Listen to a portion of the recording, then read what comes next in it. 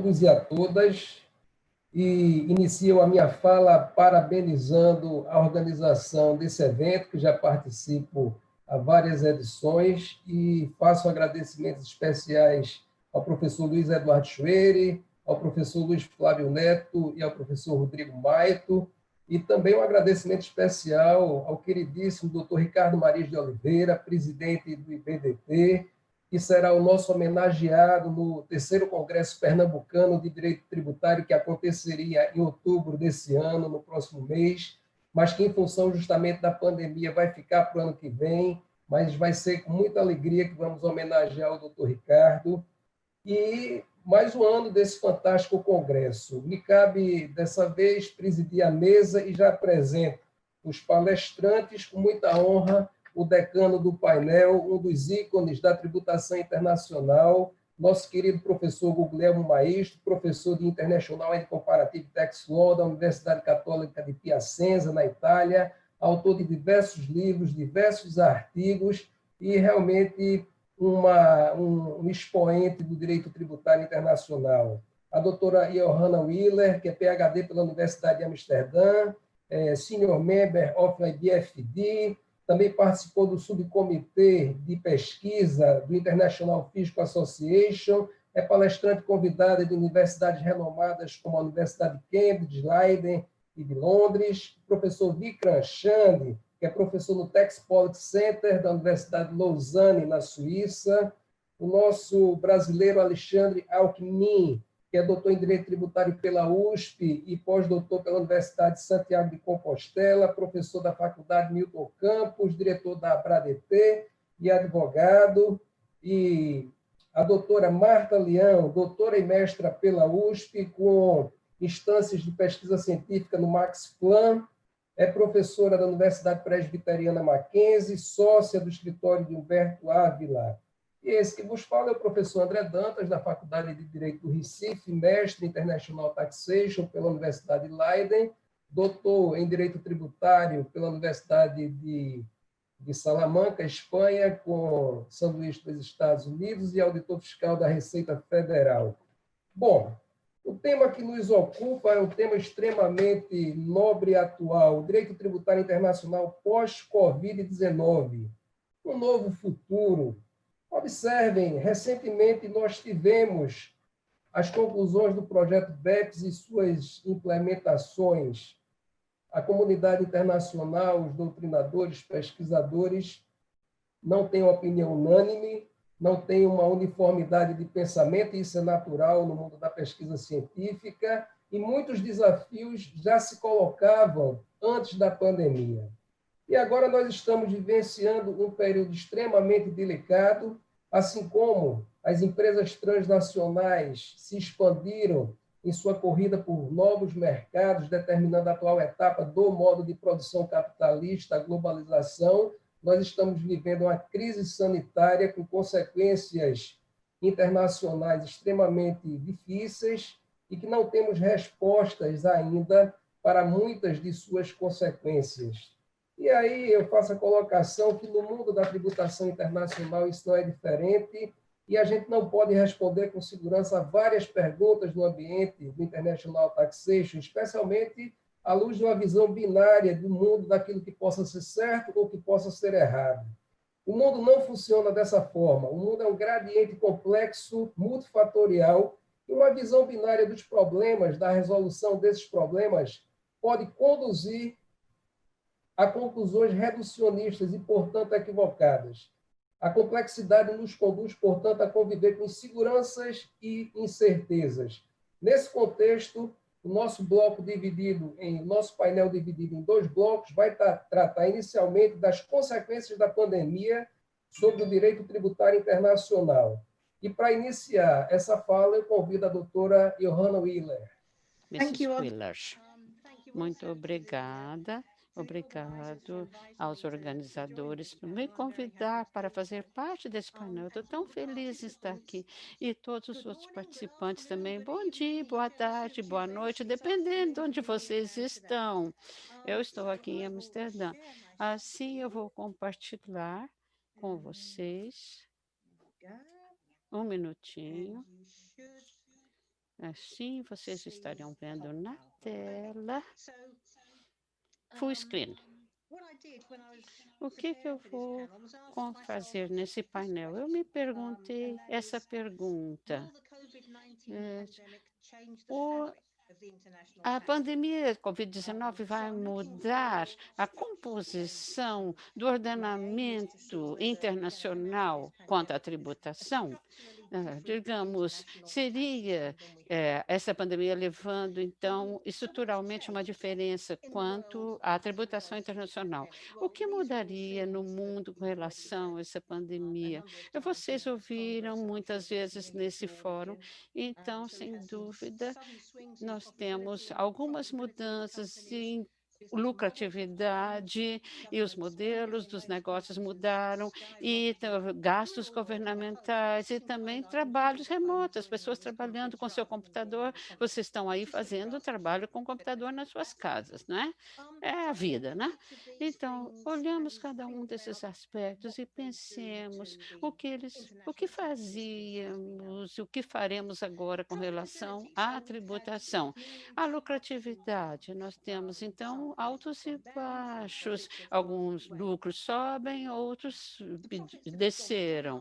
Então, os que baixaram, os negócios, todo mundo está lutando, e você vê muito apoio por parte do governo, no Congresso, das diferentes maneiras, isso acontece, e nós temos também muitas perdas sendo acontecidas, e assim nós temos perguntas sobre como lidar com as perdas e com relação à tributação, como é que nós podemos suportar os pacotes de suporte, de auxílio que estão acontecendo, e aí nós temos as companhias também que fazem muito dinheiro, aí nós vamos às perguntas que seriam lucros excessivos, o que leva, então, quanto à tributação no caso de excesso de lucro.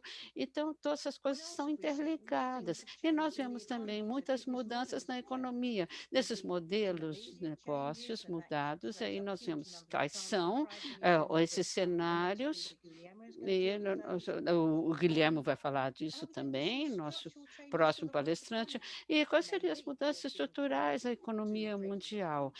Talvez quanto à produção, o que é feito em casa, digamos, no meio da crise, o que vem como perda, e nós temos, digamos, seria uma economia mais amigável, no caso, essas coisas mudam a economia, mas eu acho que também o sistema tributário, né, quanto à sua estrutura, pode mudar também.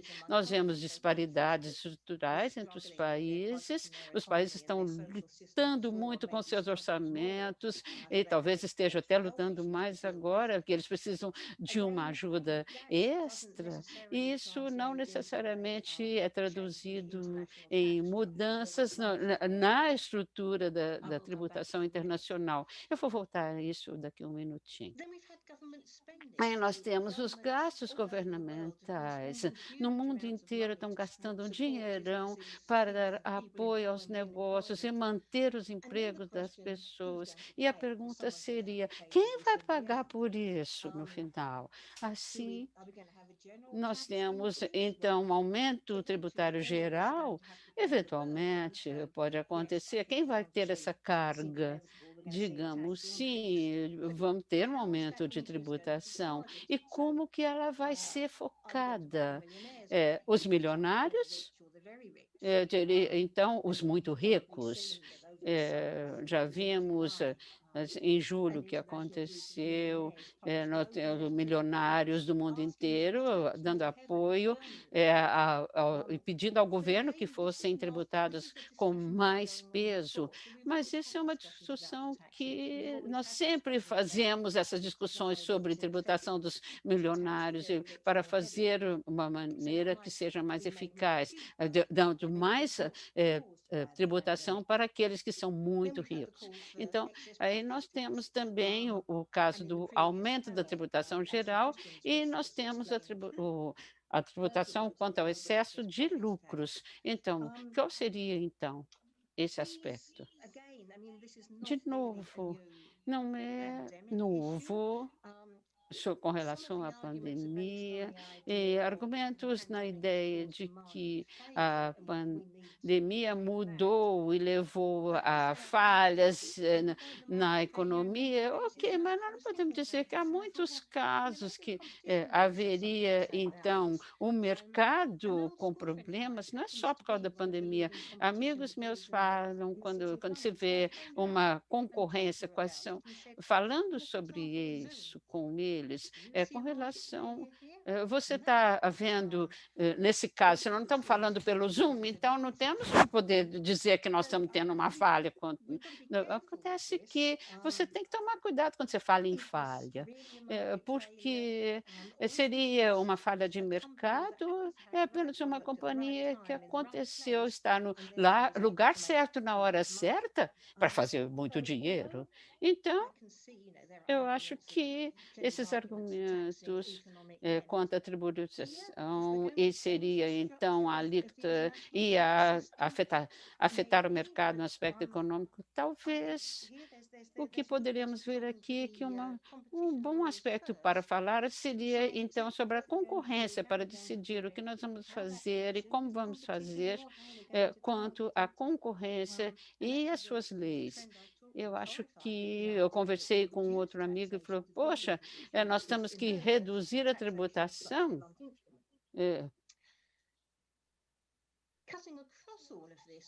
Passando então para a solidariedade internacional. Bom, a questão da solidariedade internacional. Todos os governos vão precisar de dinheiro e, sem dúvida, alguns países vão ter a possibilidade de financiar aquele aumento, ou aquele gasto, com as suas receitas. E agora, o que nós mostramos aqui é que temos que reforçar a disparidade entre os países na habilidade de lidar com assuntos assim. E seria uma pergunta, solidariedade internacional, e envolvendo os milionários também. E isso, quanto a tocar esse assunto, o dinheiro que nós estamos falando, que parece que estão falando, é gasto no país certo. E se nós fazemos para a solidariedade internacional e vemos que o seu dinheiro muda de mão globalmente, nós vemos que aumento de receita entre os países não é apenas uma questão de ter países que estão tendo receitas que têm mérito para elas, mas não acontece que seria passar para um sistema onde os países recebem a receita baseado na sua necessidade. Então, isso vai mudar. Isso pode acontecer. Talvez seria a ideia. Aí temos também a frase fique em casa. Todo mundo está trabalhando em casa e nos trazem questões que são atacadas, nós já vemos pela OCDE, desculpe, e no caso vou apresentar a vocês, eu tenho que correr um pouquinho, estou falando sobre a residência individual, os problemas de trabalhar em casa remotamente, baseados nos indivíduos, estão ali naquele limiar, nós são tributados na fonte ou na residência. Então, muitos padrões durante essa pandemia estão fazendo essas questões mais necessárias a ser consideradas. Isso é a direção para onde nós estamos indo de todo jeito. E também foi falado, sem dúvida, a pergunta sobre substância. Onde foi? Seriam, então, os funcionários remotos, eles estão trabalhando remotamente, são os negócios da companhia que estão remotos, então. E, especialmente, significa quais são as possibilidades remotas, atividades dos funcionários começam a ficar difusas entre as entidades e entre os países. Então, é muito mais fácil agora para os funcionários de uma parte do mundo participando em outra parte do negócio. Assim, seriam os drivers para alocação do lucro, nós temos que ver que ela está mudando. Isso se tornou muito mais difícil para resolver. E, de novo, é uma coisa que nós temos que ver que está acontecendo de todo modo, em todos os lugares. A digitalização levou ao trabalho remoto, que, sem dúvida, empurrado pela pandemia, e é um novo item que tem que ser causado que foi causado pela pandemia. A digitalização aumentou. Agora, para concluir a minha fala, eu diria que sim, a pandemia está mudando a economia, não é na sua estrutura diretamente ao sistema tributário internacional. O que está acontecendo é que, acelerando as tendências existentes, digitalização, há muito mais agora, muito mais negócio digital e trabalho remoto. Eu acho que isso vai acontecer de todo jeito, está sendo empurrado esse assunto e o resultado nós vamos ver. E existem debates que se tornam mais agudos e seria a mudança de tributação e a estabilidade internacional. Nós focamos, sem dúvida, nesse foco e também a receita dos estados que realmente precisam e aqueles que precisam muito. São coisas que já estão acontecendo. Eu acho que a minha conclusão é que a pandemia mudou o sistema dessa forma, mas trouxe para o foco coisas que já estavam acontecendo e que tem uma última pergunta aqui, e isso seria uma pergunta genuína. Se vocês puderem na audiência responder, eu adoraria ouvir a resposta. É essa. Nós temos, então, tratados tributários, uma rede enorme. Então, sempre foram negociações cara a cara, na mesa. Então, essas negociações, como é que vão funcionar remotamente? Eu lhe pergunto isso porque uma coisa que eu ouço das negociações sobre tratados tributários, como é importante saber o outro lado, falar às pessoas cara a cara, presencialmente, e, de fato, é uma coisa. Desculpa, eu esqueci de parar meu telefone. Bom, é uma coisa que eu também ouvi no noticiário falando sobre o Brexit e, sem dúvida, há restrições quanto aos. Agora está muito mais difícil ver as pessoas presencialmente e essas dificuldades para continuar com a negociação, quando você não pode falar face a face com a pessoa e olhar nos olhos. É uma pergunta. Se nós temos negociações na audiência, se nós temos pessoas que possam responder isso, digamos, nós vamos então passar por uma fase que nós vamos ter menos tratados, e isso significa que também seriam mais padronizados esses tratados, ou talvez significa que você pode passar a mensagem para o seu governo e seria uma coisa que poucas pessoas seriam permitidas a viajar, o seu governo vai permitir que ela viaje? E eu acho que é uma pergunta para o futuro, e isso seriam negociações dos tratados. Eu gostaria de ouvir a resposta de vocês, se vocês puderem. É isso meu input para o momento, e o que eu acho que a pandemia não vai mudar muito a nossa. Os tratados internacionais tributários. Vamos passar a palavra ao professor Now we para proferir a sua primeira fala no bloco do painel.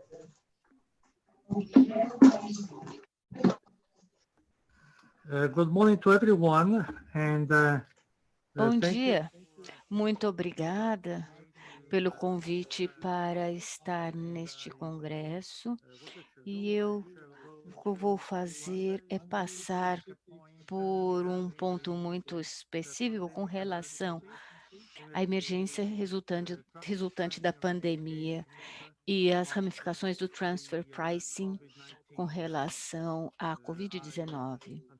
Eu antecipei, mas eu deveria fazer comentários das outras apresentações durante o debate, mas devido aos limites de tempo, eu vou falar sobre os impactos no transfer pricing.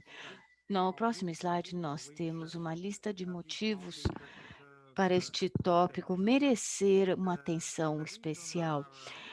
E uma das razões é o impacto que a crise causou nas entidades de risco limitadas.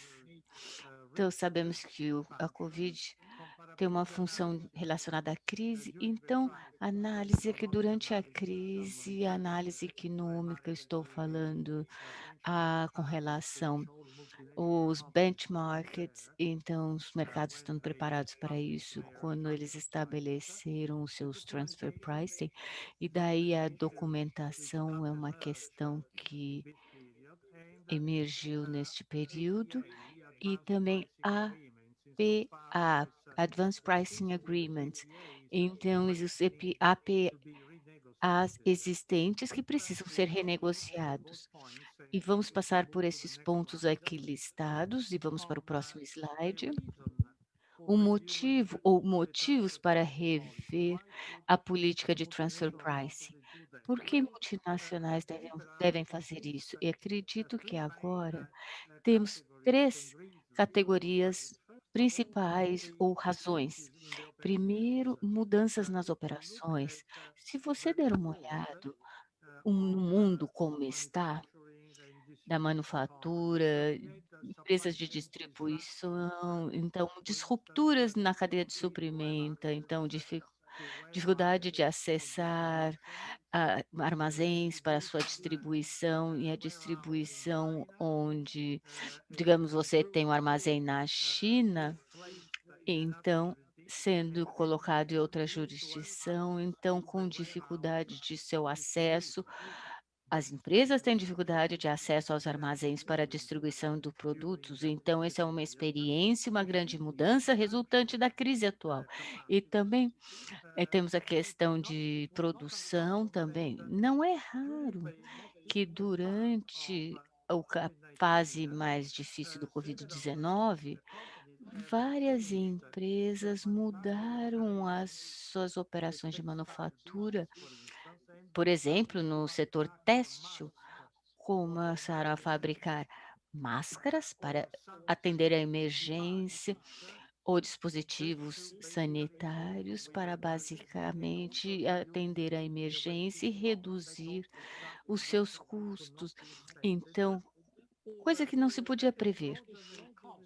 Esses custos extraordinários que ocorreram como custo para evitar o vírus e ser expandido, passar para todos e atender também aos regulamentos domésticos em plantas, escritórios.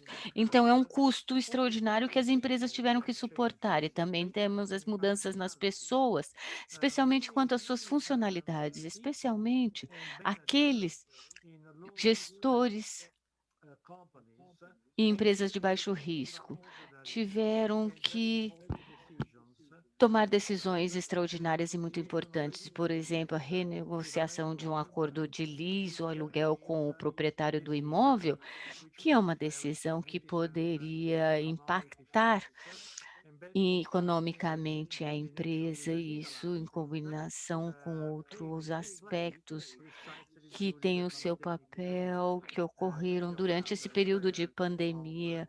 Então, por exemplo, a operação de determinados, atendendo, então, renegociação de contratos que foram necessários. E se passarmos para o próximo slide, n nós temos um outro elemento que faz parte de tudo isso e tem o seu impacto com relação às políticas de transfer price. Essa é uma questão se ou não as entidades de risco limitados foram afetadas. Então, quando é garantido a sua remuneração, Então, pegue um distribuidor que é garantido o cost plus, a sua margem de cost plus. Isso é um evento, justifica uma mudança da lucratividade desse distribuidor de risco limitado, limited risk. Muitas autoridades tributárias podem falar que um risco de evento pandêmico deve ser suportado pelo empreendedor, mas não pelo risco limitado. Mas o que resulta disso é aquele relacionado à dicotomia entre risco limitado e nenhum risco.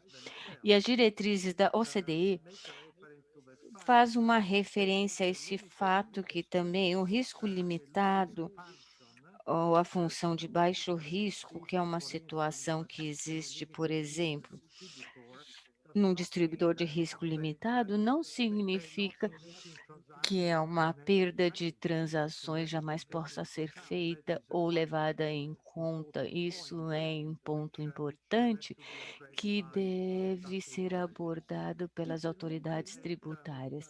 Se olharmos o próximo slide, análise de comparabilidade durante a crise, há uma necessidade para olhar a comparabilidade e comparar as condições contratuais da transação, se o contrato, se o contrato incluir a, a cláusula de força majeure ou força maior, então também os ativos utilizados e riscos assumidos, que também é algo que precisa ser levado em conta. E se nós pensarmos no próximo slide, nós temos a análise econômica.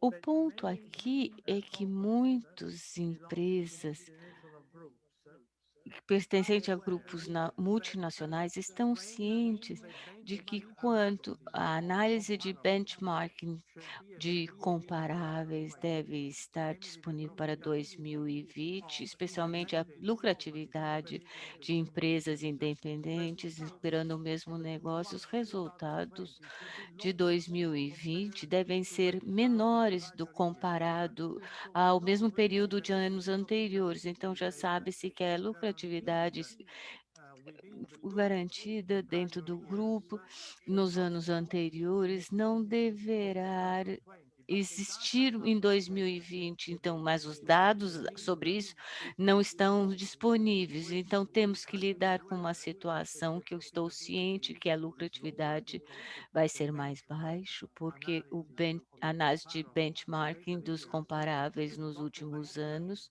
devem documentar o ano 2020, apresentar uma queda da lucratividade para as partes. E isto é um dos motivos porque muitos contribuintes estão revisando suas políticas de transfer pricing adiantadamente. Então, no próximo slide, nós temos a necessidade para justificar a mudança da política de transfer pricing devido ao impacto do Covid-19. Vocês podem ver nesse slide, ao seu final, algumas autoridades tributárias já estão adotando a posição, por exemplo, o IRS nos Estados Unidos, em termos de transfer pricing e as melhores práticas na documentação, eles reconhecem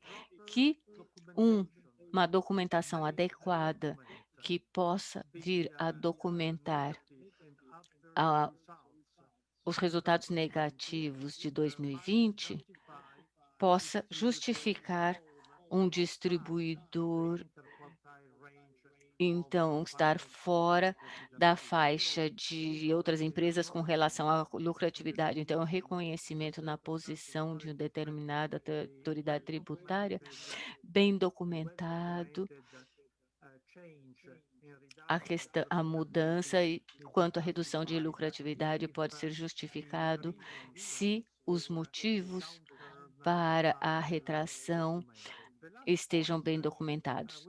O último ponto que eu quero abordar com relação ao próximo slide, estamos cientes do número de APAs que foram concluídos em muitos países, com APAs bilaterais, multinacionais e acordos que foram feitos entre multinacionais e autoridades tributárias.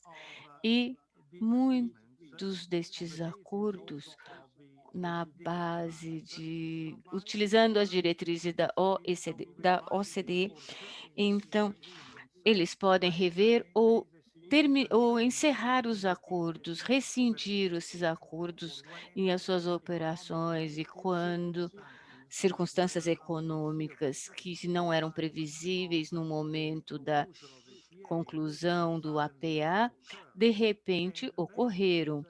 E isso é uma das questões que muitas autoridades tributárias estão enfrentando, a revisão ou esses contratos sendo rescindidos e estão adotando a posição e perguntando aos contribuintes com os APAs existentes para declarar e informar autoridades relevantes dessas condições ou revisões ou rescisões desses APAs estão lá, de forma para basicamente começar a renegociar os contratos.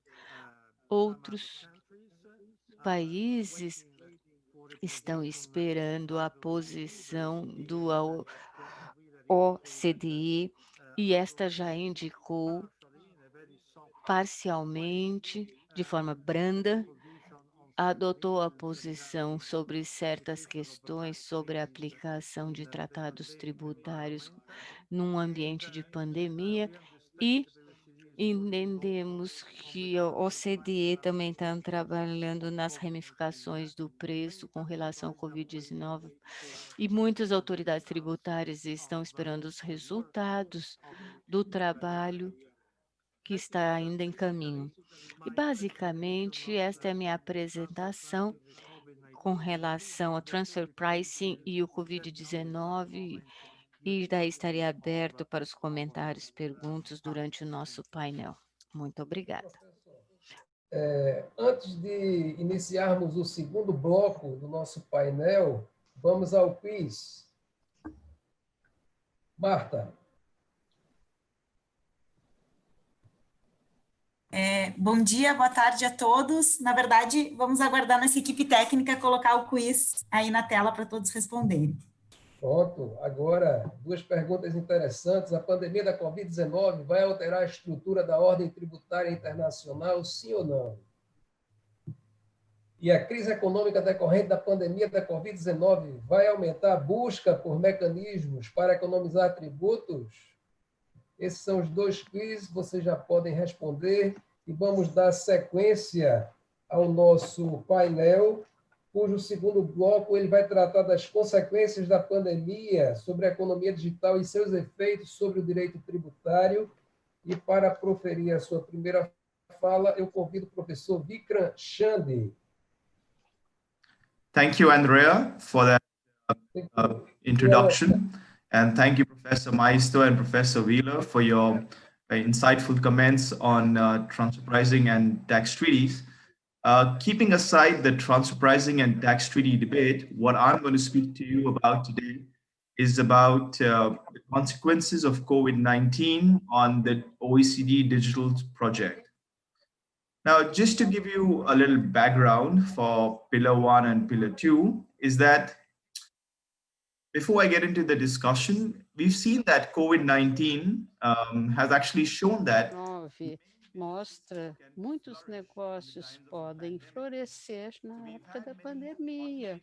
Então, nós temos serviços digitais que surgiram nessa época, Facebook, Netflix, Amazon e tanto, estão indo muito bem, fazendo lucro. E, ao mesmo tempo, você tem os negócios quanto ao aspecto do consumidor, quanto às companhias que estão vendendo sorvete, alimentos em geral, houve uma revolução com o resultado do Covid-19 quanto aos preços. Então, nós temos que ver algumas coisas que nós estamos enfrentando floresceram durante o tempo da pandemia. Ao mesmo tempo, o que nós chamamos os preços, o que nós temos que, os pacotes que têm que ser dados pelo governo para ajudar a população, e países que têm que ter pacotes de auxílio durante o coronavírus. Então, o dinheiro que seriam fundos, são medidas para ajudar a população. O governo precisa de receita. E isso é a linha principal. Então, o Covid mostrou que o governo tem que ter receita. Isso mostrou a Covid. Isso significa bases unilaterais e bases multilaterais que podem ser levantadas, unilateral, bilateral e multilateral. E o que nós vamos ver, quanto ao nível do OCDE, a Pilar 1 e Pilar 2, soluções bilaterais seriam feitas todas com a recomendação de um e de outro. E quanto a essa parte, esses dois pilares é que vão fazer os nossos comentários. Que seria, então, a União Europeia foi vivendo a bilateralidade. Você pode ver num artigo que foi proposto pelas Nações Unidas com relação aos serviços digitais e automação. E essa solução, na minha opinião, talvez seja uma solução muito básica, seria o jardim da infância, não vamos passar muito tempo nisso. Ao mesmo tempo, você vê que existem outros países onde nós temos, então, o aspecto unilateral sendo favorecido. Você tem a Austrália introduzindo isso, e, ao mesmo tempo, você vê muitos países europeus que estão preferindo fazer os DSTs nos seus planejamentos e assim por diante. A União Europeia realmente está favorecendo a bilateral com estados selecionados e você pode introduzir aqui as taxas dos serviços digitais. E nós vemos que propostas do ministro das Finanças da França e também para introduzir, então, serviços para esse tipo de tributos para esse tipo de serviço. Então, nós temos perspectivas das Nações Unidas, digitalização, e a linha final é que todas essas medidas querem aumentar a receita.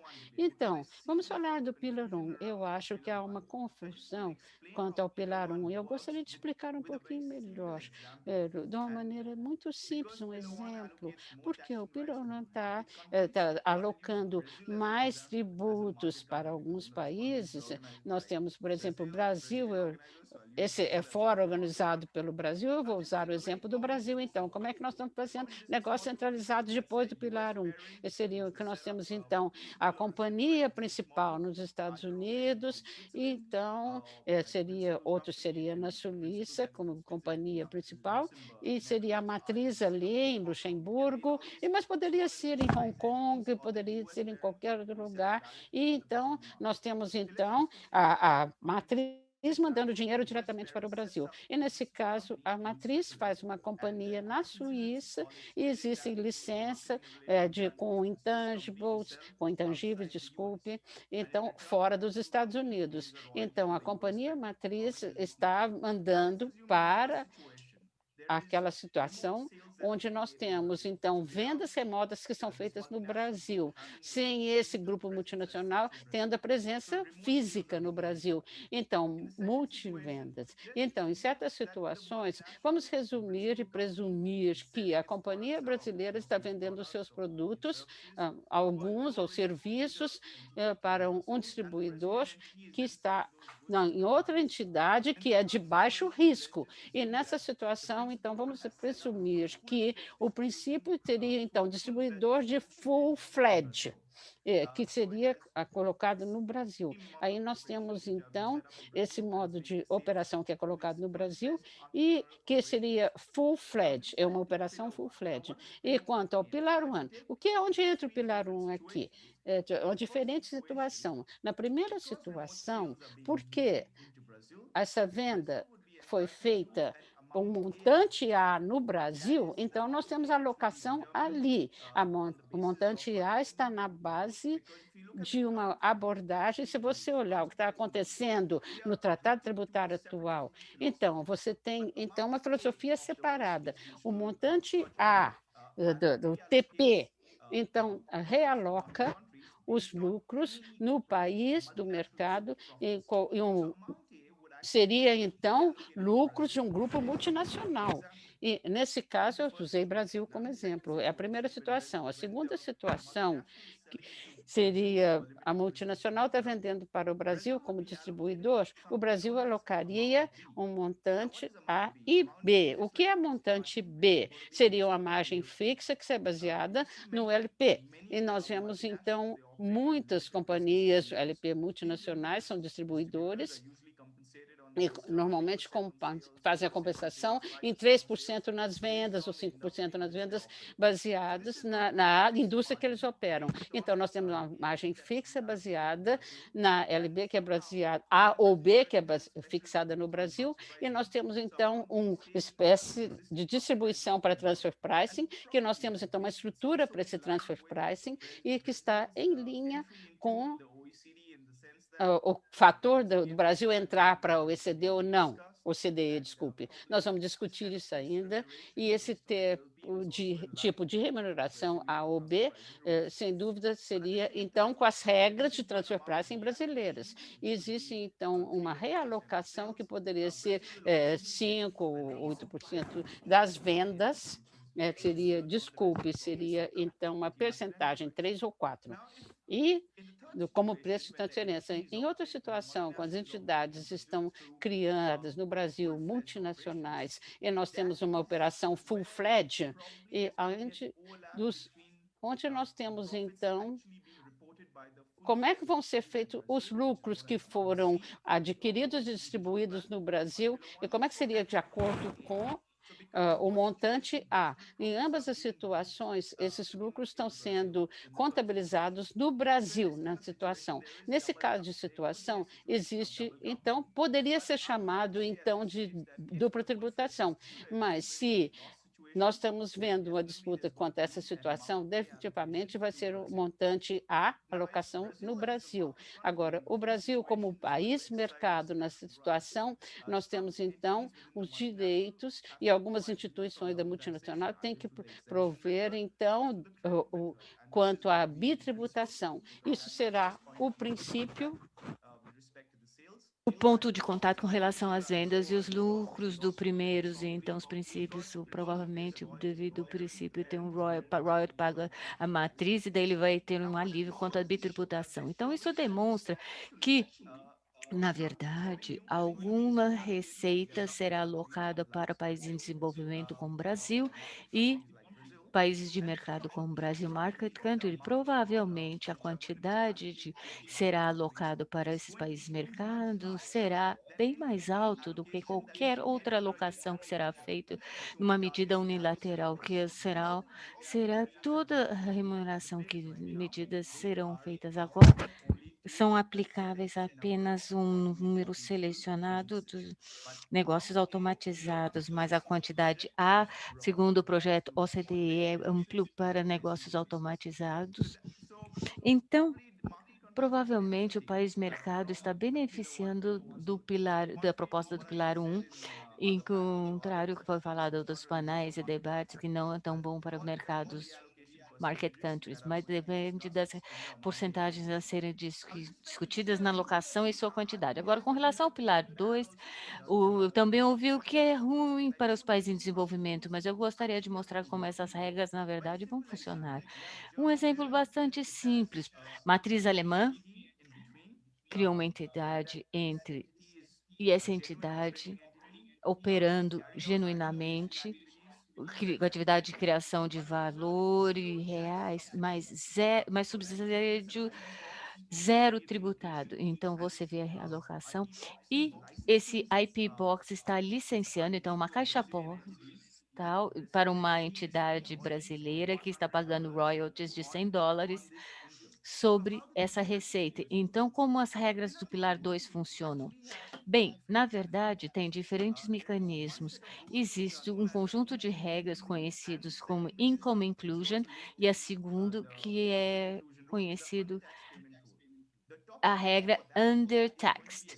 Então, isso será acordado de 7,5%, essa é a alíquota atual. Por outro lado, temos outra regra que sujeita às regras tributárias e é em favor dos grupos de países em desenvolvimento.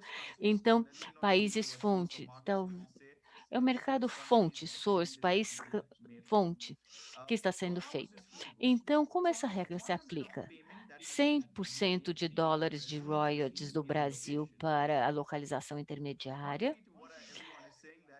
Contrário a tudo que foi dito, essa proposta favorece os residentes. Então, seria STTR regra aplica-se primeiro de 7,5 dólares. Então, vocês podem ver o documento do Pilar 2. Então, se 100 dólares, o Brasil ia ter o primeiro direito do tarifa alíquota sujeito a taxas, as regras e o mínimo de minimum tax rate é diferente. Então, aqui o Brasil iria aplicar, se ele assinar para o Pilar 2, eles tributariam 7,5 de dólares norte-americanos. Por outro lado, se o Brasil, como um país market, então exercendo seus direitos taxing rights com relação aos tratados tributários, a Alemanha iria aplicar que é a Income Inclusion Rule. Essa regra Income Inclusion Rule se aplica essa regra, essa receita de 100 dólares que não é tributada na localização intermediária. Então a Alemanha iria tributar a 12,5%. Então haveria um alívio para os impostos pagos sujeito a essa income tax rule. Então, na verdade, o que pagamos na Alemanha é 5 dólares. O que acontece com a Alemanha não se aplica, não quer aplicar esse income inclusion rule, poderia ser uma matriz chinesa, indiana, alemã. Então, digamos que eles não queiram aplicar essa regra de Income Inclusion Rule, então o país fonte, novamente, segundo, Under Tax Payment Rule, aplica e tributar os 5 dólares que seriam alocados à matriz, mas agora realocados na fonte. Então, de fato, se o Income Inclusion Rule se não aplicar no nível da Alemanha, o Brasil estaria tributando 12,5 dessa receita. Então, de uma forma, se você olhar as prioridades dessas regras e como se aplicam, sujeito a Income Tax Rule for aprovada, é beneficiar para países fonte como foi concebido agora. E, na verdade, você aloca mais receita, market countries e economias em desenvolvimento, como China, Brasil, Índia e assim por diante. Contrário ao que foi dito sobre OCDE ser ruim, os projetos digitais são contra países em desenvolvimento ou market countries, existem esses exemplos aqui que vocês podem ver que terá mais receita para market countries ou países em desenvolvimento, vai aumentar. Resumindo, eu sei que eu passei do tempo, desculpa, eu gostaria de dizer mais uma coisa sobre o pilar 1. Market countries, países market, porcentagem de realocação de receita mais alta, então os membros do OCDE vão falar, bom, se você realocar o excesso de impostos para países market countries, então daí o país membro OCDE vai ter certeza que no futuro que eles vão fazer, vão argumentar para impostos de consumo do país de origem, because market country, como um país no Brasil vende para a Índia, e a Índia paga IVA, mas você quer mudar o equilíbrio e falou, acho que deve pagar mais corporate income tax e o Brasil mais a alocação de VAT ou IVA. Então, você pode ver que países em desenvolvimento estão fazendo mais tributos, país de origem e de consumo. Então, muito pilar 1, então você pode ver o framework que tem que ser desenvolvido para isso. Esse framework é necessário para evitar questões de compatibilidade quanto aos tratados e também o U-Tax Law. O multilateralismo é a chave. Um país, contrário ao que foi dito antes nos outros fóruns, multilateralismo, desculpa, é o pior caminho para os países adotarem. Isso só vai criar problemas, bem documentado na literatura, vocês podem ver isso. Nós não devemos buscar unilateralismo, mas sim multilateralismo a nível OCDE. Então, vocês podem ver uma das coisas que a organização OCDE conhece com relação ao market country, então, que eles não conhecem economias, a ótica das perspectivas dos países em desenvolvimento, do jeito que foi concebido, olha todo o sistema como um todo, e também olha o imposto corporativo e de consumo. Então, Your conclusions. Time. Yeah, sorry. Então, Just to finish it off, the proposal should be as propostas devem ser, ou a proposta como está, na minha opinião, está equilibrada, mas país OCDE e não OCDE, dado o fato que, com relação ao imposto de renda corporativo e não de consumo. Muito obrigada, desculpa exceder o meu tempo, mas eu sou apaixonado pelo assunto. Agora vamos convidar o professor Alexandre Alckmin para proferir a sua palestra. 12 minutos, Alexandre. Bom dia a todos, boa tarde aos colegas que estão na Europa.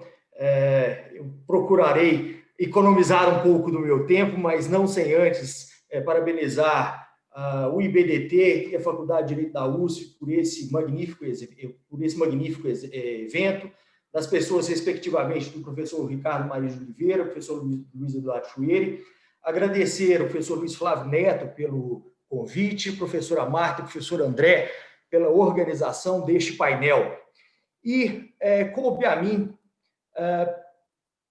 falar sobre um problema que já vinha existindo, já vinha sendo estudado, como a professora Willer ressaltou, a Covid não criou este problema, mas catalisou problemas que já existiam e que se tornaram mais presentes e com a demanda de soluções mais urgentes do que vinha ocorrendo ou exigindo uma certa movimentação e compreensão desses novos problemas que a economia digital traz e que foram otimizados, que foram empurrados para o cotidiano de todos a partir do Covid-19. E o meu ponto especificamente irá se relacionar à questão da utilização de paraísos fiscais. A título de contextualização, o enfrentamento dos paraísos fiscais remonta ao relatório Harmful Tax Competition, e desde lá a sociedade internacional, os estados e as organizações internacionais vêm se ocupando de compreender e tentar restringir os efeitos dos paraísos fiscais na perda arrecadatória por parte dos estados de economia normal. Além disso, existem outros efeitos acerca da utilização indevida de paraísos fiscais que também são objeto de enfrentamento pela comunidade internacional. É possível observar que os paraísos fiscais, em regra, são utilizados com 3 funções bastante importantes. Primeira delas, centro financeiro. Os paraísos fiscais, eles proporcionam um mecanismo de pagamentos e proporcionam mecanismos de mobilidade financeira muito mais rápido, muito menos burocrático e aumentando a eficiência das transações financeiras entre empresas de um mesmo grupo econômico multilocalizado. Se nós imaginarmos que um país de tributação normal, como o Brasil, uma transação financeira pode demorar 3 a 5 dias, não sem antes provocar uma série ou demandar uma série de burocracias, como preenchimento de cadastros, justificação das operações financeiras, num paraíso fiscal, facilmente se realiza uma transação financeira no prazo de um dia para cumprimento no dia seguinte. Paralelamente, os paraísos fiscais também sempre foram muito utilizados para fins de planejamento tributário, diminuindo o rendimento tributável no nível global dentro de um grupo de empresas, principalmente pelo estabelecimento de empresas de tecnologia ou que detêm IP, pela prestação de serviços por empresas localizadas em paraísos fiscais, por meio de empresas financeiras para empréstimos entre empresas do mesmo grupo econômico, pela intermediação de compras e vendas por meio das trading companies e até mesmo por meio das holding companies na realização do planejamento tributário de CFC. E, por fim, os paraísos fiscais sempre foram também amplamente utilizados para fins de lavagem de dinheiro, ocultação patrimonial. A opacidade conferida historicamente pelos paraísos fiscais aos detentores dos patrimônios ali alocados sempre foi um desafio a ser enfrentado pelos países de tributação normal.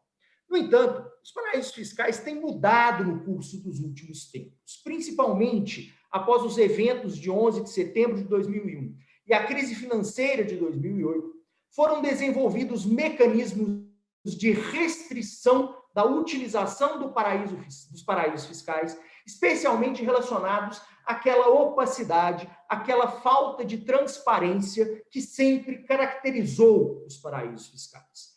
Foram quase obrigados a acabar com as chamadas contas numeradas, foram extintas as sociedades holding com ações ao portador e, mais recentemente, uma série de instrumentos vieram pressionar ainda mais a funcionalidade tradicional dos paraísos fiscais, principalmente quando utilizados para fins de planejamento tributário e quando utilizados para fins ilícitos, para os fins de lavagem de dinheiro. Nós identificamos claramente uma postura agressiva do plano BEPS, coordenado no âmbito do G20 da OCDE, com o objetivo de restrição dos efeitos das operações por empresas localizadas em paraísos fiscais. E isso vem com o estabelecimento e a fixação do conceito de DEMP, desenvolvimento, aprimoramento, manutenção, proteção e exploração da atividade e de propriedade intelectual com fins à atribuição de quem é o verdadeiro titular daquele direito, quem é o verdadeiro titular, buscando a substância daquela entidade, buscando a substância daquela empresa.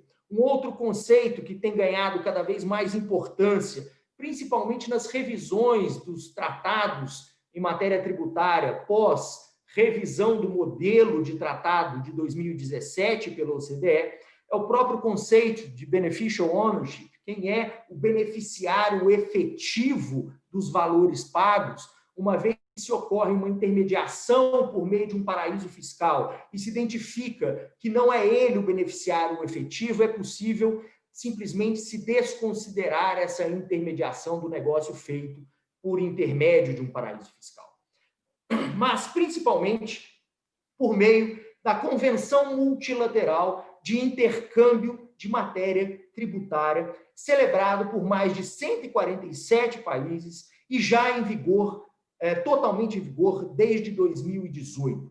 Imaginem que, para o Brasil, nós realizamos intercâmbio de informações financeiras por meio do relatório CS com 100 dos 147 signatários da Convenção Multilateral e realizamos intercâmbio de informações por meio do relatório CBC, o Country by Country Report, com todos os membros dessa convenção multilateral.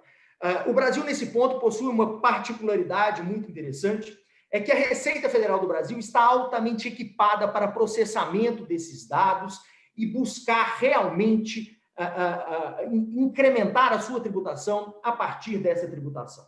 Muito bem, é nesse contexto que surge o coronavírus. É nesse contexto que surge a Covid-19, trazendo uma nova realidade na vida das pessoas e na vida das empresas. As pessoas passaram a trabalhar em home office, as pessoas passaram a realizar compras por meio digital, seja diretamente em lojas físicas, seja por meio de marketplace, mas principalmente chama-nos a atenção os serviços digitais e os games, os jogos digitais. A gente pode, eventualmente, achar que jogos não é uma questão relativa ou relevante para fim de tributação, mas imaginem vocês que no ano de 2019, esse setor apenas de jogos digitais movimentou 152 bilhões de dólares no mundo. Quem tributa? Como e quando? Principalmente quando nós pensamos em que é possível que essas operações digitais sejam todas processadas por meio do blockchain. Dentro do blockchain, existem inúmeros ativos criptografados, ativos eletrônicos, que nós chamamos crypto assets ou cryptocoins, as moedas eletrônicas. É bastante comum e é bastante cada vez mais comum, principalmente no pós-Covid-19, nós identificarmos operações de aquisição de bens e aquisição de direitos e aquisição de serviços por meio de pagamentos realizados no âmbito desse blockchain. Existe, dentro da funcionalidade do blockchain, algo muito interessante. Os estados, eles conseguem identificar a existência de um eventual criptoativo no momento em que a pessoa no mundo real adquire a sua moeda eletrônica ou seu criptoativo por meio das chamadas exchanges. Mas as operações que se realizam entre exchanges, aliás, as operações que se realizam entre moedas eletrônicas dentro do sistema do blockchain, eles não são acessíveis pelos estados, inclusive porque essas informações, apesar de virtualmente abertas, não dão segurança com relação a quem são os verdadeiros titulares desses ativos. E não é por isso, aliás, e é exatamente por isso que as grandes empresas de tecnologia têm buscado criar suas próprias criptomoedas, de forma que se possa realizar operações de aquisições de direitos e aquisições de benefícios e de serviços dentro daquele universo da criptomoeda, dentro daquele universo eletrônico, sem que esses benefícios e essas atividades operacionais sejam alcançadas pelas atividades fiscais. Daí que a gente identifica o que tem sido chamado ultimamente como os Digital Tax Havens, ou os paraísos fiscais digitais, uma vez que eles podem ser utilizados exatamente com as mesmas funcionalidades que outrora eram utilizados pelos paraísos fiscais normais.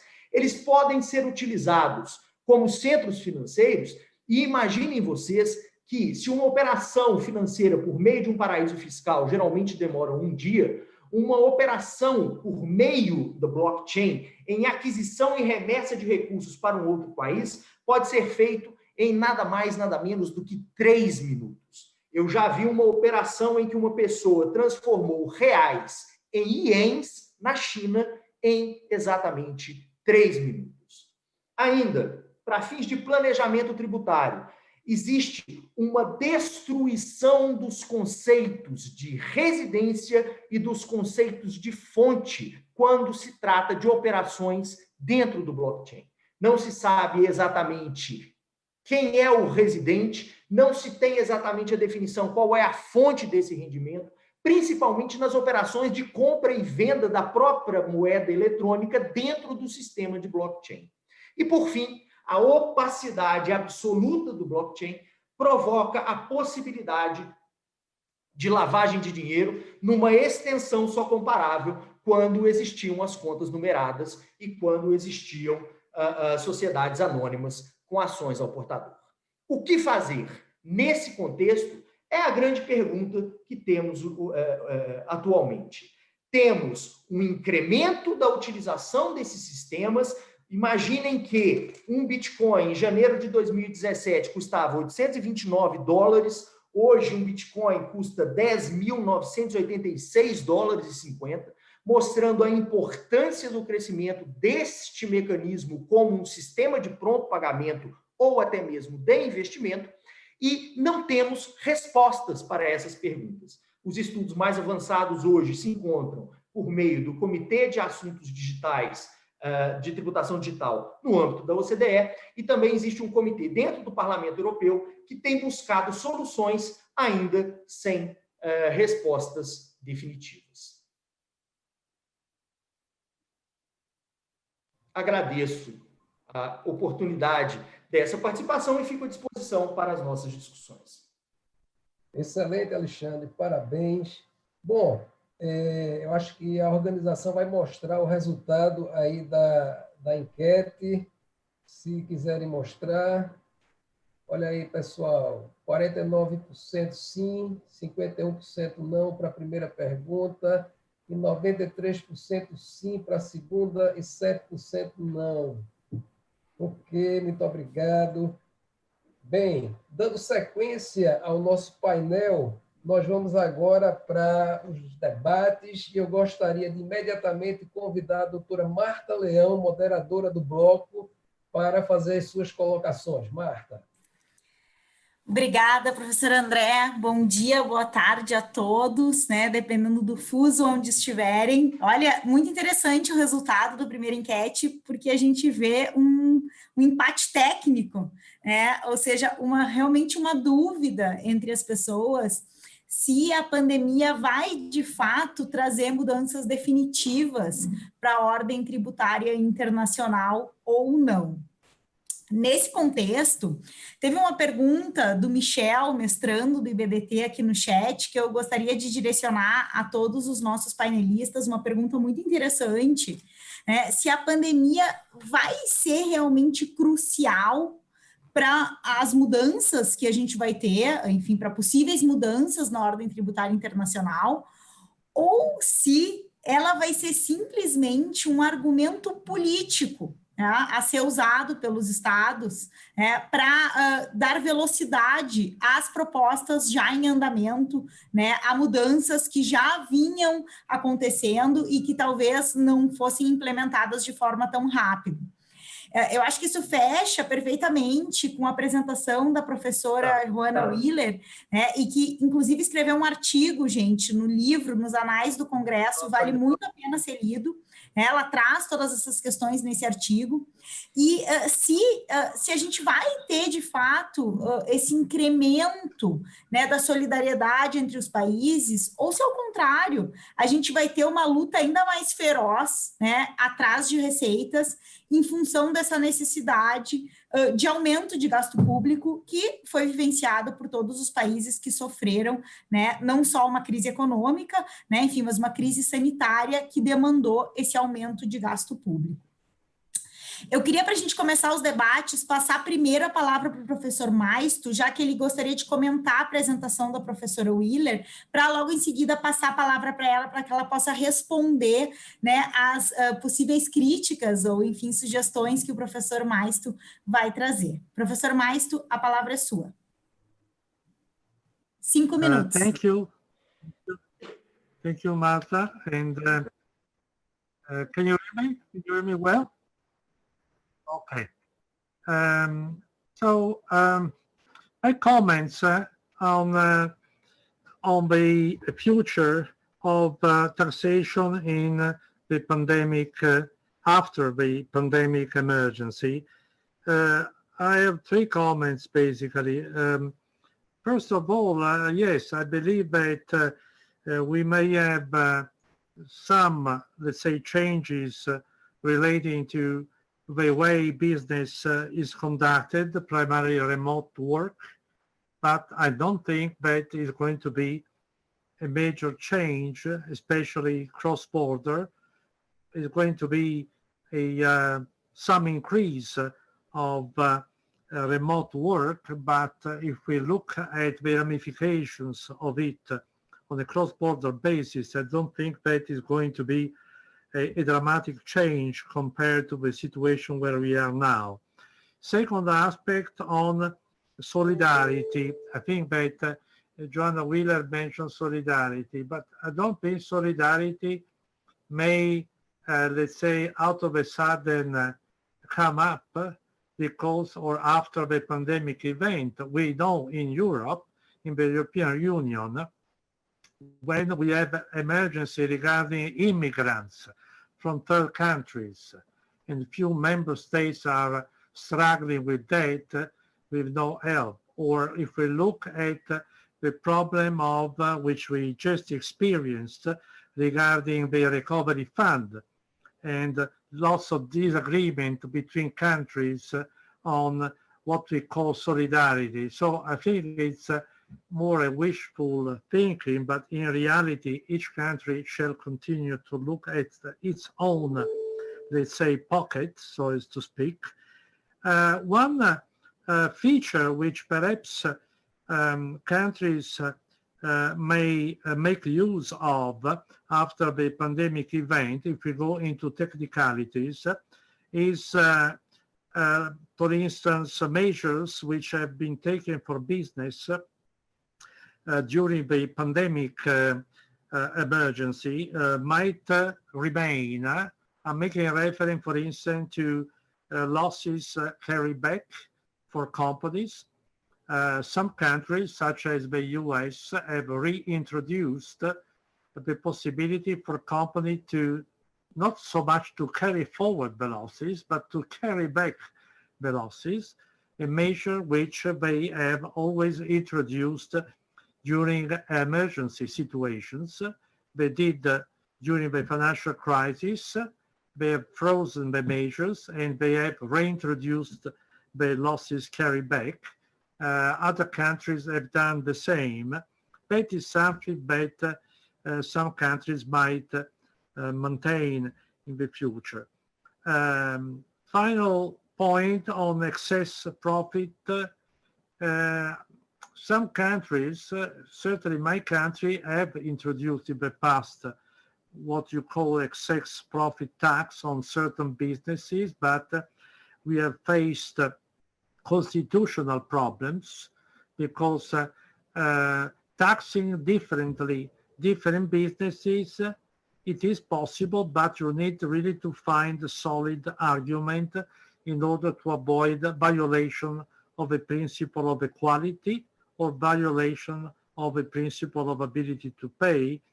So I think that excess profit tax is something which may face difficulties. So overall, my conclusion is that we are facing a challenge which Bikram and other speakers have addressed on Pillar 1 and Pillar 2. That certainly may really change international taxation, but on the ramifications on COVID-19, if COVID-19 may really change the rules, I don't think that may have very significant ramifications. And if you are asking me what is the area which one would need to look at more in the future, then I would say dispute resolution, because at present in many countries, and I would include also Brazil, Italy, and many others, a dispute resolution, certainty and clarity on international taxation is an issue, and the dispute resolution mechanism may be very helpful. And in Europe, we have just passed a directive for arbitration on tax treaties, and that may be the future in the years to come. Thank you. Thank you, Professor. Obrigada, Professor. Joanna Wheeler, a palavra é sua. Thank you. Well, actually, Guillermo, I mean, I think you and I agree with each other. So to address some of... Um ponto que você colocou, você disse que a solidariedade internacional talvez não aconteça, esse é o meu ponto, eu não acho também. E agora, passando a pandemia, sem dúvida, o que mostrou foi mais as diferenças entre os países. Meu ponto ali é que se chegamos nisso, isso é solidariedade internacional, nós temos que ver alguns mecanismos que possam nos ajudar a que os países mais pobres, digamos, então, quanto à parte de receita tributária, como é que nós fazemos? Eu não acho que vai acontecer esse auxílio. Então, no caso, quanto ao lucro, eu concordo com você que o excesso tem que ser considerado muito cuidadosamente. E naquele assunto eu acho que ajudaria muito ver quais são na parte quanto à concorrência. E eu acho que deveria teria que conversar muito sobre isso com pessoas especializadas no assunto. E agora, quanto à pandemia, uma pergunta que apareceu no chat um pouquinho atrás. Então, a pergunta foi nós temos a pandemia levando a mudanças que são chave. Eu acho que vai ser uma discussão sobre, digamos, você está apressando as propostas através da pandemia, que já eram propostas feitas, então é lógico, está empurrando como, por exemplo, tributação quanto ao meio ambiente, e que é lógico que na crise tem apresentado de uma melhor forma. Tem que as pessoas querem usar a crise para chegar ao tratado na economia e colocar um pacote sobre isso, então estão empurrando a coisa para esse sentido. E agora seria, então, a chave para mudanças posteriores à pandemia. Eu acho que o que está acontecendo é que a pandemia não está levando essas mudanças, mas ela está acelerando as tendências, e uma dessas tendências que eu posso falar, que já falamos anteriormente, não muito, mas apontamos, está funcionando. Eu acho que uma coisa que vai acontecer, que a pandemia está empurrando, sem dúvida, e muito rápido, e se você olhar as respostas que nós vemos da OCDE com relação naquele paper sobre a interpretação dos tratados, sim ou não, isso não é inteiramente o que nós temos que olhar na intenção apenas, na equação. Quando você olhar o que está acontecendo na pandemia, que não esteja funcionando e assuntos que vão ser ainda levantados, você poderia ter, por exemplo, tributação na fonte, e esse debate completo, o que me traz é que a pergunta geral sobre a importância da presença física. Por muito tempo, a localização dos indivíduos, a presença física foi importante para o sistema de tributação, por exemplo, da residência, o limiar. Então, quanto à pandemia, nós estamos, então, forçados a estar em lugar que não estaríamos, ou trabalhar em lugar que não estávamos planejando trabalhar. E o debate seria trazer a questão, a confiança na presença física, nós temos que ficar contando com isso o tempo todo, digamos, se existem artigos e debates sobre isso, isso acelera. Espera um pouquinho, me diga a importância da presença física, quanto seria? Assim, a pandemia não causou aquela questão, mas há um debate relativo a isso e foi acelerado essa questão. Esse é o ponto que eu quero mostrar. Obrigada. Joana, thank you.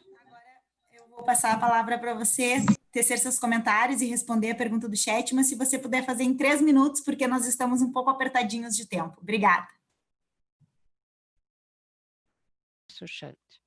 Surely, thank you for Muito that. obrigado por me dar.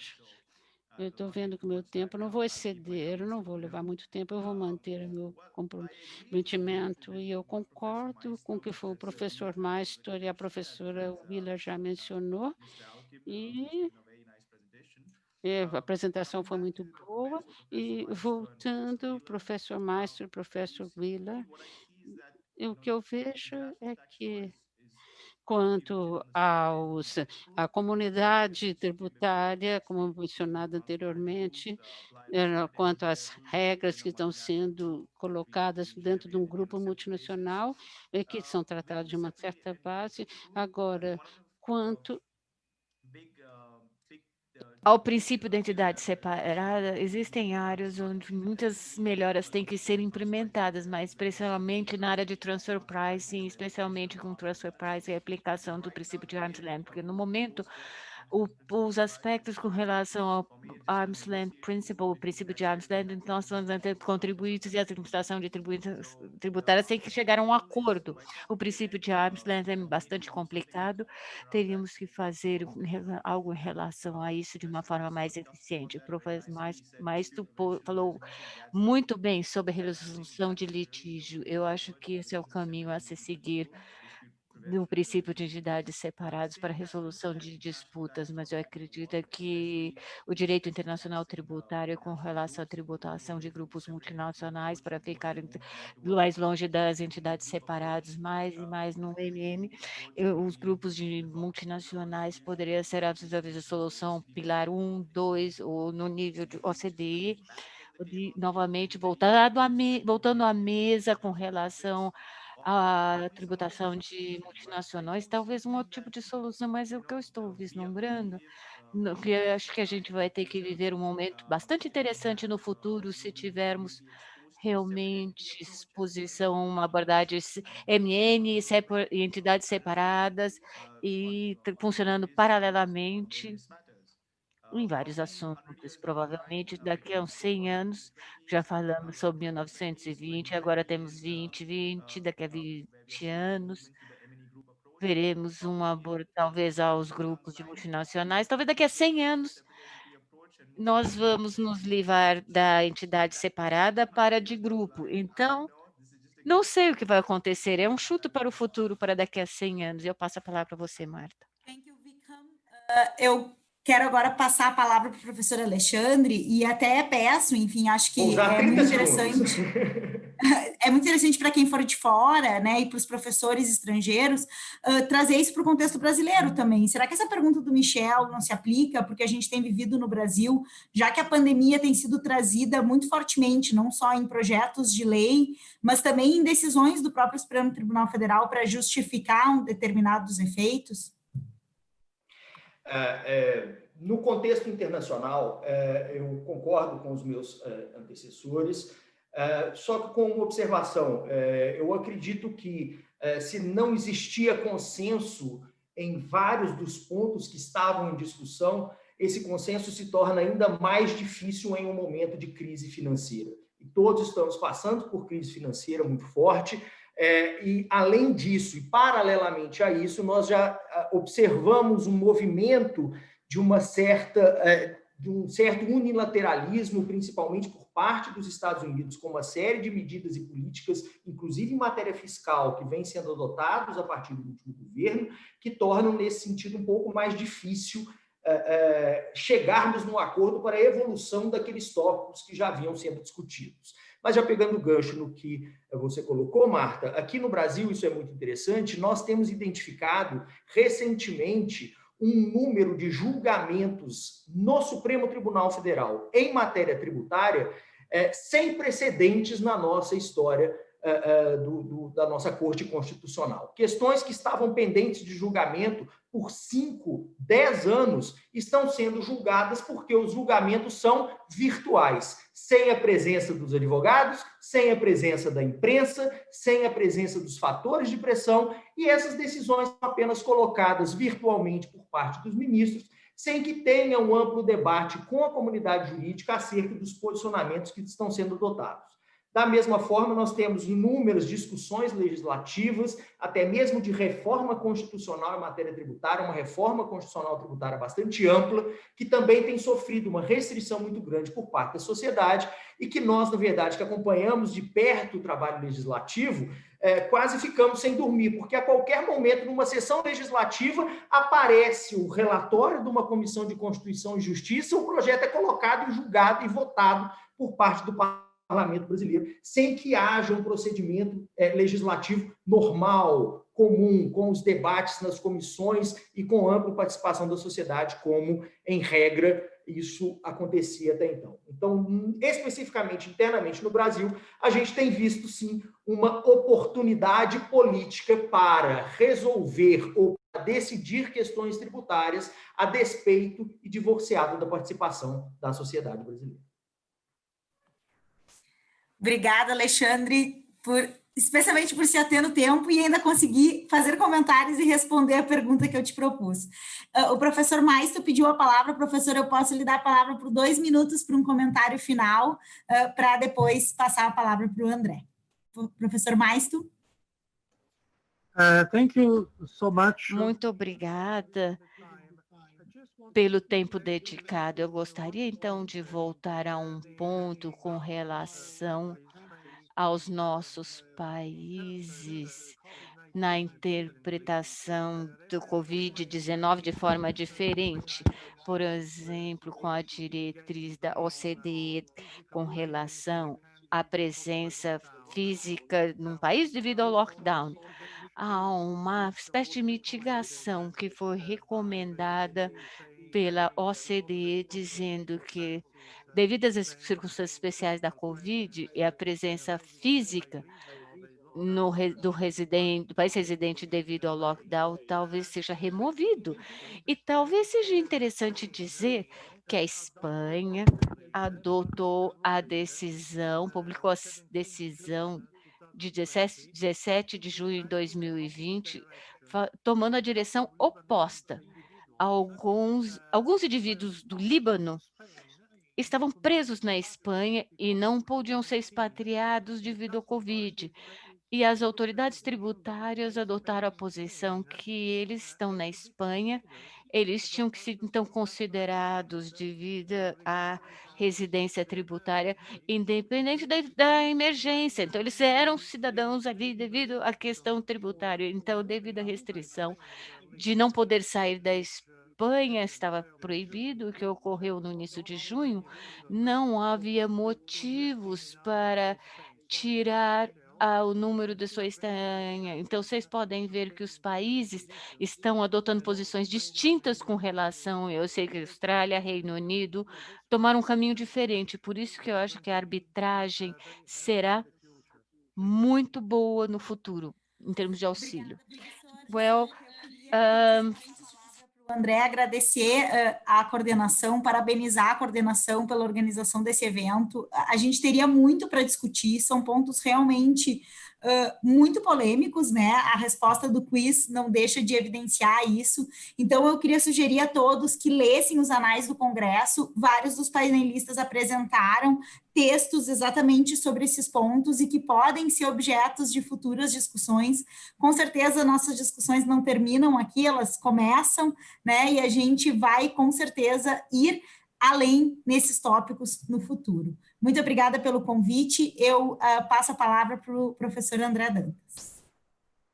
Considerações finais, já agradecendo a todos os membros da mesa, palestras brilhantes, debate interessante, e chamar atenção apenas para um detalhe.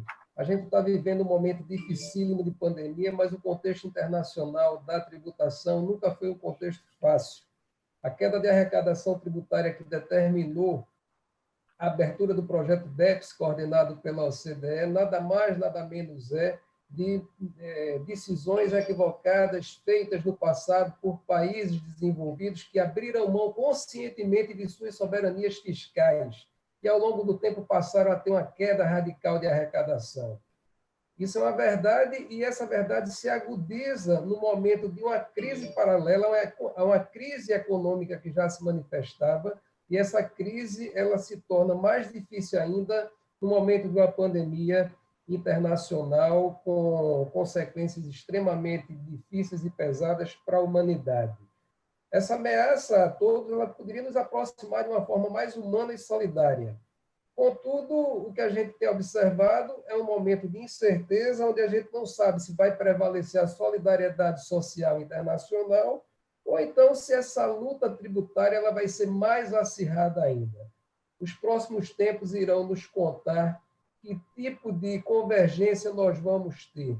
Se teremos verdadeiramente um mundo mais humano, mais solidário, e a partir disso que a gente possa visualizar uma amizade verdadeira entre os povos, ou se os países subdesenvolvidos vão continuar ainda mais subdesenvolvidos e os desenvolvidos lutando para poder segurar a sua carga tributária em patamares que aquela sociedade entenda como razoável. Agradeço muitíssimo a direção do Congresso por mais um ano estar aqui participando e fico muito contente de presidir essa mesa. Fiquei muito contente quando soube que o professor Guglielmo Maestro estaria na mesa. Lógico, estou muito feliz com todos vocês na mesa, a professora Joana, Vikram, o Alexandre, Marta, e o Brasil está sempre aqui de braços abertos para vocês e para discutirmos esses temas interessantes. Um grande abraço a todos e um abraço a todos os participantes que nos escutam nesse momento virtualmente.